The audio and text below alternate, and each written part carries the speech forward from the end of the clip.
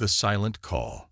The crystalline spires of Zanara Prime glittered under the light of 3 moons, their once pristine surfaces now scared by orbital bombardment. In the central command center, First Speaker Lyra touched the neural interface with trembling fingers, her silver-scaled skin reflecting the emergency lights that bathed the chamber in crimson. "We have no choice," she whispered to the Council of Elders. The other Zanari, with their characteristic silver scales and large dark eyes, watched in silence as their civilization's last hope hung in the balance. The Kryvax will not stop until they've stripped our world bare. The Kryvax invasion had begun 3 cycles ago. Their massive hive ships had appeared without warning, disgorging swarms of biomechanical fighters that darkened the skies of Zanara Prime. The Zanari, having known millennia of peace, found their defensive systems woefully inadequate against the ruthless efficiency of the Kryvax war machine. Elder Theron, his scales dulled with age, stepped forward. "First Speaker, the legends speak of them, the Deathworlders, humans. They are said to be." He hesitated, searching for the right words. Unstoppable, unpredictable, perhaps more dangerous than the Kryvax themselves. Lyra's gaze drifted to the holographic display showing the Kryvax fleet in orbit. Their ships resembled massive insects, their organic metal hybrid hulls pulsing with an inner light that seemed to mock the Zanari's impending doom. Already, the invaders had established ground bases in the northern continent, their massive harvesting machines converting Zanari cities into raw materials for their ever-growing armada. "We are a peaceful people," Lyra acknowledged, her voice steady despite her fear. "We have cultivated art, science, and harmony for countless generations. But now we must choose: surrender to the Kryvax and watch our world die, or call upon those who know war as intimately as we know peace." The neural interface hummed to life, connecting Lyra to the quantum beacon, a piece of technology the Zanari had developed for peaceful exploration, never imagining they would use it to summon warriors. The message she composed was simple, encoded with their civilization's desperation.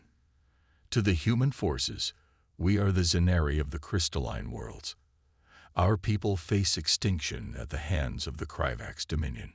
We offer trade, resources, and alliance in exchange for your intervention.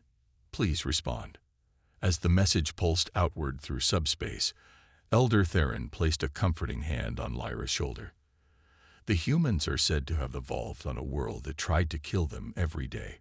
Poison air, deadly predators, crushing gravity. They survived, and then conquered their world.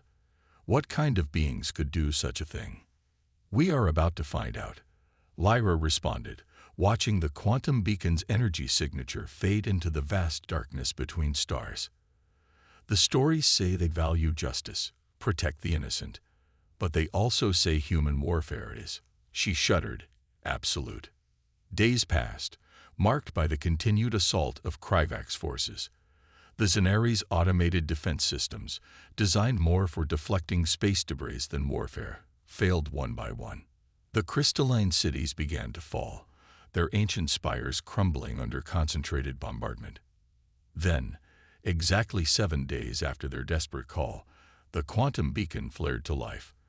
The response was brief, carried on a military frequency that the Zanari systems barely recognized. "Message received. Coordinates confirmed. 3rd Fleet en route. Hold position." In the silence that followed, First Speaker Lyra felt a profound shift in the air, as if the universe itself held its breath. The Zanari had called for help, and humanity had answered. But as she watched the Kryvax ships continuing their relentless assault, she wondered, had they exchanged one doom for another? The legends of human warfare spoke of scorched worlds, of battles that shattered moons and burned the very fabric of space.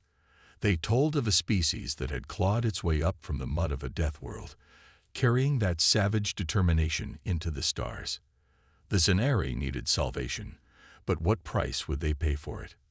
As the first reports of unknown ships entering the system reached the command center, Lyra touched the neural interface one final time, recording a message for future generations.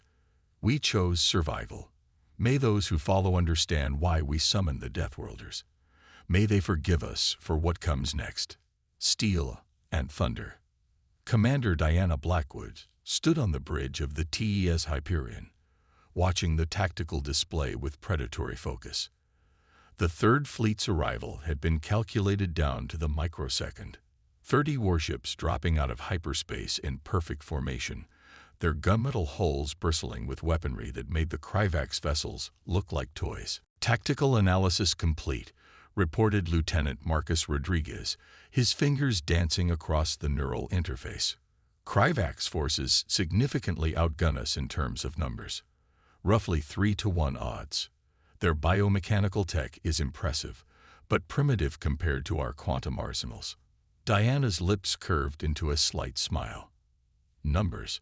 She almost laughed. They always think it's about numbers.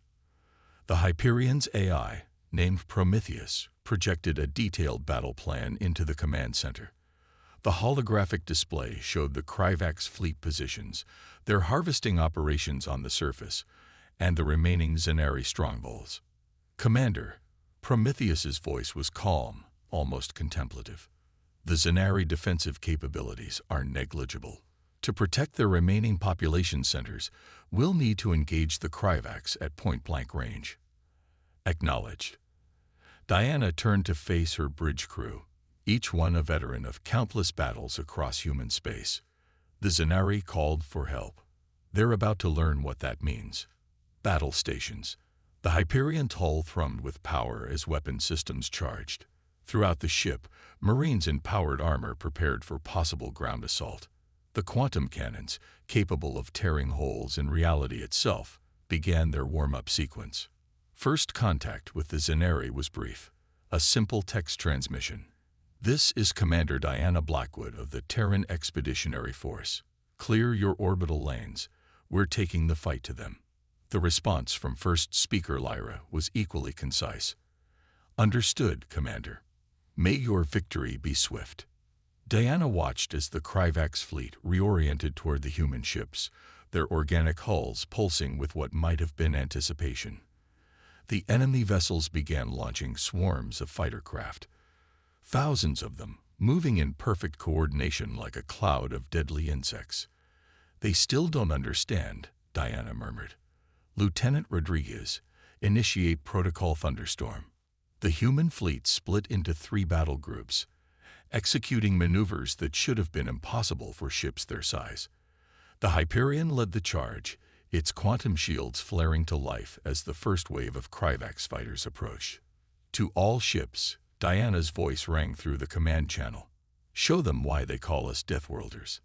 The battle that followed would be forever etched into Zenari history. The human ships moved like dancers in a lethal ballet, their advanced technology making mockery of the Kryvax's numerical advantage. Quantum cannons fired, their beams ignoring conventional physics to strike multiple targets simultaneously. Point defense systems created webs of plasma fire that shredded incoming fighters by the hundreds. From the surface, the Zenari watched in awe as their skies lit up with the fury of human warfare. This wasn't just combat. It was art, perfected on 1,000 battlefields across the galaxy. The Kryvax, facing an enemy unlike any they'd encountered, began to show the first signs of disorganization. They're breaking formation, Rodriguez reported, excitement creeping into his voice. Their hive-mind coordination is failing. Diana nodded, her expression grim. They're used to fighting species that fear death. Time to show them what happens when you face those who've mastered it. All ships, execute Pattern Nova. The human fleet's formation collapsed inward, drawing the Kryvax forces into a tight sphere of engagement. Then, as if choreographed, every ship activated their quantum drives simultaneously. The fabric of space-time shuddered as 30 vessels performed what should have been impossible. A coordinated short-range jump that placed them inside the Kryvax formation. Fire everything, Diana commanded. Let's remind the galaxy why they fear the children of Earth. Storm of fire. The void erupted in apocalyptic fury as the human fleet unleashed its full arsenal.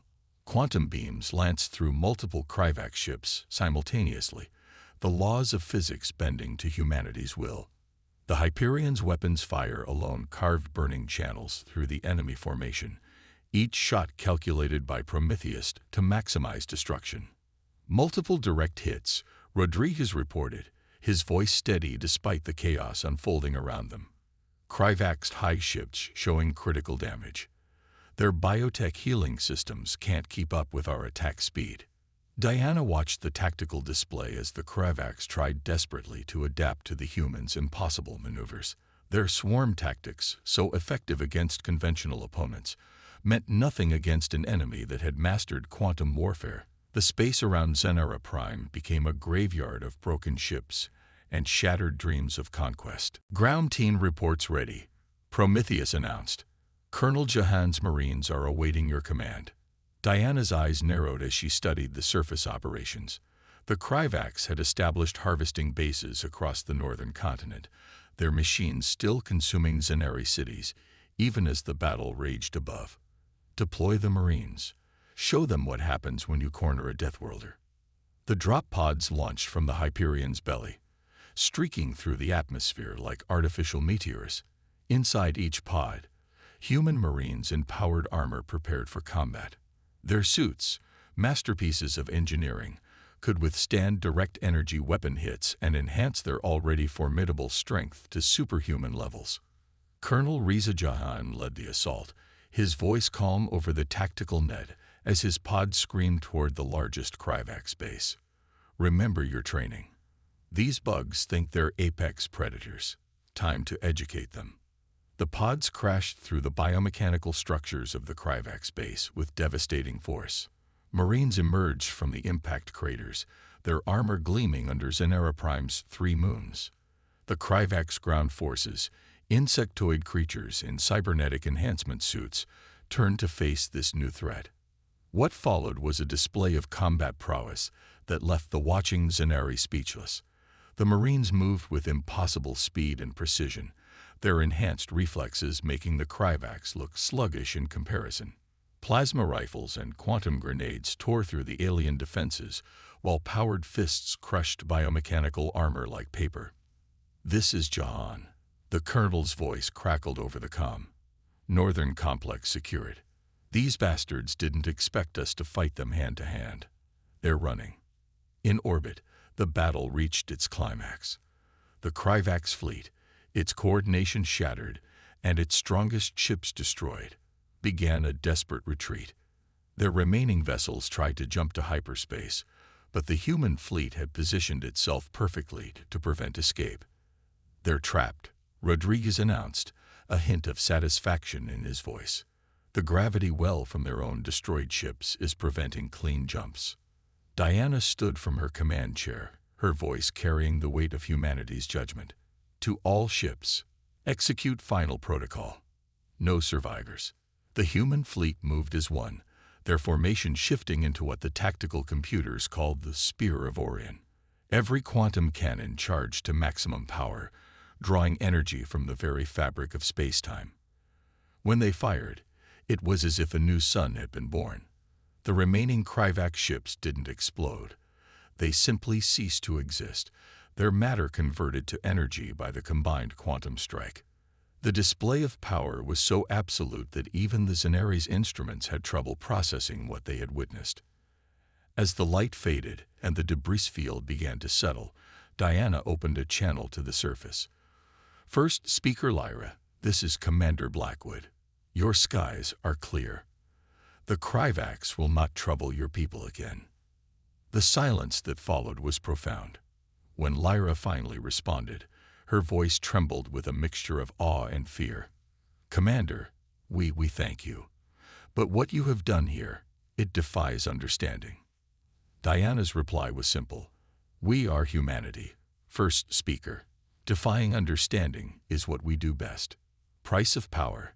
The aftermath of battle left an eerie silence over Zenara Prime. Debris from the Kryvax fleet created new constellations in the night sky, while the ground still smoldered where human Marines had eliminated the invasion force. First Speaker Lyra walked through the ruins of what had once been the Krivax's main harvesting facility, now transformed into a monument to humanity's martial prowess. Colonel Jahan stood nearby, his powered armor sensors scanning for any remaining threats. The Marine commander had removed his helmet, revealing dark eyes that had seen countless battles across the stars. "Your world is secure, First Speaker. We've eliminated all Krivax presence on the surface." Lyra touched one of the shattered biomechanical constructs, her silver scales reflecting the sunset. "In all our history, we never imagined such power, such absolute destruction." She turned to face Jahan. "How did your species become this way?" "Earth shaped us," Jahan replied simply. "Every day was a fight for survival. High gravity, aggressive predators, extreme weather, natural disasters. We either became stronger or we died. There was no middle ground." Above them, the Hyperion maintained orbit, its quantum weapons powered down but ready. Commander Diana Blackwood had organized relief efforts, human ships delivering supplies and medical aid to the Zenari cities damaged in the invasion. But beneath the humanitarian assistance lay an undeniable truth. Humanity's help came with strings attached. The Terran Expeditionary Force requests permanent basing rights on Zenara Prime, Diana's hologram explained to the Council of Elders. "In exchange, we'll provide military protection and technological assistance. Your world will never again face threats like the Krivax." Elder Theron, his aged scales dulled with stress, spoke carefully. "And if we refuse?" Diana's expression remained neutral. "That would be your right. But consider this, the galaxy now knows your world exists. They've seen what happened here. Some will seek alliance. Others will see you as a target. The question isn't whether you'll need protection, but who will provide it." The implications hung heavy in the air. The Zenari had witnessed humanity's power firsthand. Their saviors could easily become their conquerors. But Diana had chosen her words carefully. She offered partnership, not subjugation. Lyra spent long hours in meditation, watching repair drones reconstruct their crystalline cities. Human engineering merged seamlessly with Zenari architecture, creating something new and strange. Their world was changing, evolving in ways they couldn't have predicted. "We called for help," she mused to Elder Theron as they watched human Marines train Zenari security forces. "But we've gained more than just military aid. We've gained a future." The training grounds echoed with the sound of plasma rifles and powered armor. Young Zenari, inspired by humanity's strength, eagerly learned the arts of warfare. Their natural grace combined with human tactical doctrine created a fighting style all their own. Commander Blackwood observed the changes from orbit, recording her final report to Fleet Command. "The Zenari are adapting quickly to human presence. Their technological innovation, combined with our military expertise, shows promising results. Recommendation: fast-track their world for full alliance status. They may have started as victims, but they're becoming something more. They're becoming survivors. The price of power was change, and the Zenari paid it willingly. Their cities grew stronger, their defenses more formidable. The peaceful species that had called for help was transforming, guided by humanity's example. They would never again be helpless." New dawn.